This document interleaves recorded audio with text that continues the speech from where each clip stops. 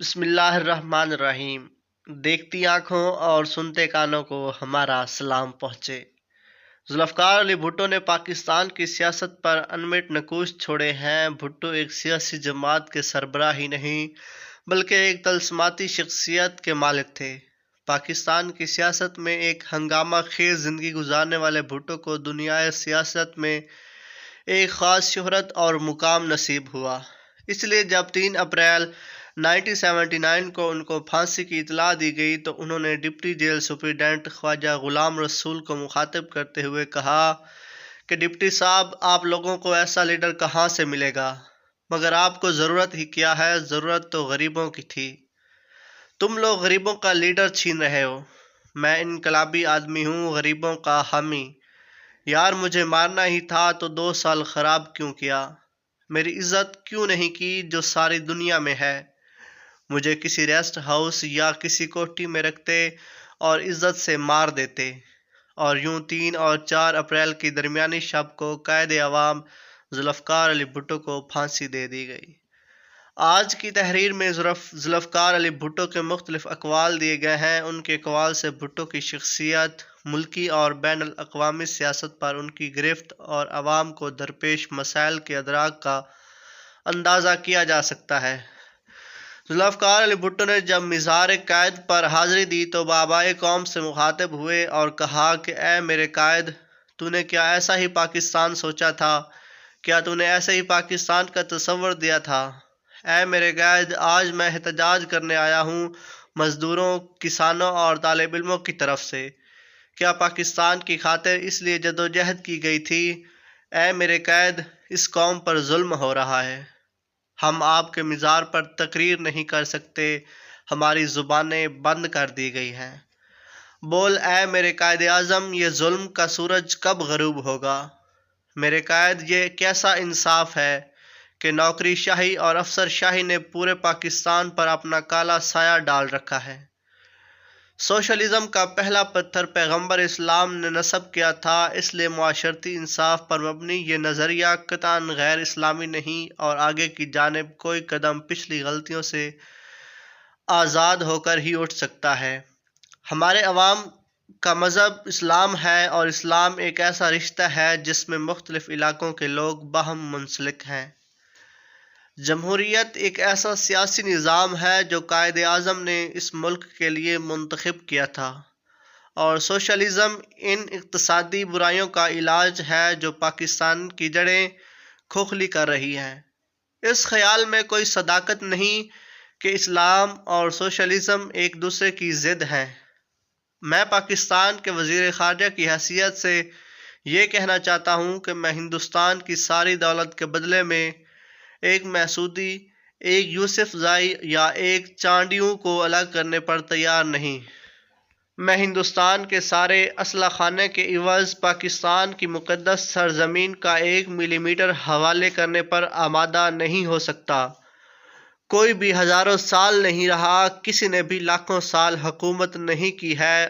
عوام طاقت کا سرچشمہ ہے۔ سیزر آیا، نپولین آیا اور چلا گیا۔ ہٹلر 1000 سال اپنے اقتدار کی بات کرتا تھا مگر وہ 10 برس میں ہی صفحۂ ہستی سے مٹ گیا۔ اس لیے جتنی جلدی ہو سکے بحران کا حل تلاش کر لیا جائے۔ دنیا امیر اور غریب قوموں میں تقسیم ہو چکی ہے اور غربت کے خاتمے کے لیے غریب قوموں کا اتحاد بہت ضروری ہے۔ ہم اسلامی سوشلزم چاہتے ہیں جس میں خدا کے خوف کے ساتھ انسانوں کی معیشت، صحت، تعلیم اور رہائش کی ضمانت ہو۔ دنیا کے جس حصے میں اور جتنی چاہو دولت لے لو اور ہماری راہ سے ہٹ جاؤ۔ صدر جانسن، ہم بکاؤ مال نہیں، ایک غیرت مند قوم ہیں۔ ہم عوام کو زیادہ دیر تک انتظار میں نہیں رکھ سکتے۔ اس ملک کو نیا ملک بنانا ہوگا۔ کوئی ہماری پارٹی کو روکنے کی کوشش نہ کرے۔ ہم انشاءاللہ نیا ملک بنائیں گے۔ وقت کے حساب سے مسائل کا صحیح حل تلاش کیا جاتا ہے، ورنہ وقت گزرنے کے ساتھ یہ سب کچھ بیکار ہو کر رہ جاتا ہے۔ مثلاً جنرل یحییٰ نے پاکستان ٹوٹنے کے بعد آئین دیا، اس طرح وقت گزرنے کے بعد کوئی حل بھی قابل عمل میں نہیں رہتا۔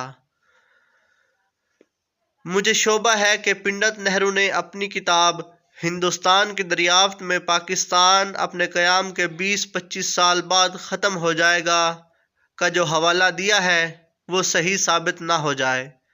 مارشل لا نے قوم سے جنگ کرنے کی صلاحیت چھین لی ہے، قوم کو بد دل کر دیا ہے۔ ہمارے امریکی دوستوں نے شروع سے ہی میرے اس منصوبے کی مخالفت کی تھی کہ پاکستان کو ایٹمی توانائی حاصل کرنا چاہیے، لیکن میں تہیہ کر چکا تھا کہ ایسا کرنا ضروری ہے۔ ہم عنقریب ایٹمی دھماکے کر سکتے ہیں۔ میرے ملک کی خواہش تھی کہ میری حکومت ایٹمی دھماکہ کرے۔ پاکستان ایک نہ ایک دن ایٹمی دھماکہ ضرور کرے گا۔ دنیا میں اس وقت بہت سے ہاتھی ہیں اور ان کی یادداشت بھی بہت تیز ہے۔ یہ ہاتھی نہ بھولنے والے ہیں اور نہ ہی معاف کرتے ہیں۔ ہاتھی یہ نہیں بھول سکتا، اس نے دوسری اسلامی سربراہی کانفرنس کے انعقاد کو بھی ناپسند کیا تھا۔ ترکی، کوریا اور یونان کے حل کے لیے پاکستان سے جو امداد گئی تھی، ہاتھیوں نے اس پر بھی غصے کا اظہار کیا تھا۔ میں چند روزہ اقتدار کے لیے اپنے خیالات اور فلسفے کو قربان نہیں کر سکتا۔ مجھے اپنے خیالات اور نظریات سے محبت ہے۔ دنیا کی کوئی طاقت مجھے عوام سے الگ نہیں کر سکتی۔ اگر کبھی قوم کو میری ضرورت پڑی اور اس نے مجھے مدد کے لیے پکارا تو میں یقیناً آؤں گا۔ سیاست دان کے مقدر کا انحصار عوام کی خواہشات پر ہوتا ہے۔ مجھے عہدوں سے دلچسپی نہیں، میں بااصول آدمی ہوں۔ میرے خیالات کی وجہ سے لوگ مجھے پسند کرتے ہیں۔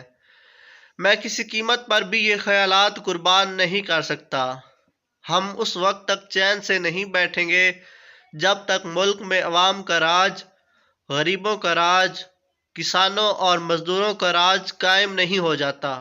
آخری فیصلہ قیامت کے دن ہوگا، تاریخ میں آخری فیصلہ نہیں ہوتا۔ اگر ویڈیو اچھی لگی ہو تو پلیز چینل کو سبسکرائب ضرور کیجیے گا اور اپنی قیمتی رائے کمنٹ باکس میں لازمی دیجیے گا۔ اللہ حافظ۔